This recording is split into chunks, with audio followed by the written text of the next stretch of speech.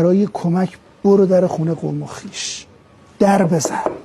به جای اینکه در رود باز بشه چشم و گوشت باز میشه.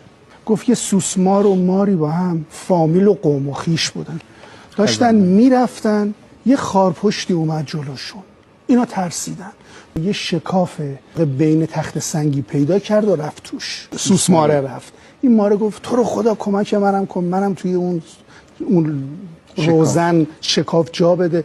گفت نه دیگه این واسه خودم جا هست و اینا. هی گفت کمکم کن کمکم کن. و یه موشی متوجه شد، از سوراخش اومد بیرون، گفت بیا توی لونه من.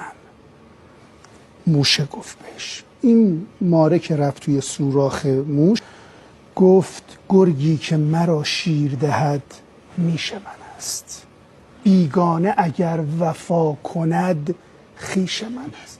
حالا یه کسی که اصلا غریبه هست وفادار باشه 1000 مرتبه از قوم و خویشی که بی وفا و متوقع هست بهتره. نمیخوایم کاری برامون انجام بده، ولی خیلی هم دیدیم که وقتی پشت سرمون هم دارن حرف میزنن نه تنها دفاع ازمون نمیکنن، سکوت میکنن، دل به دل طرف هم میدن.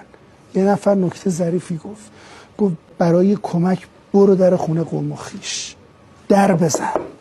به جای اینکه در رود باز بشه چشم و گوشت باز میشه.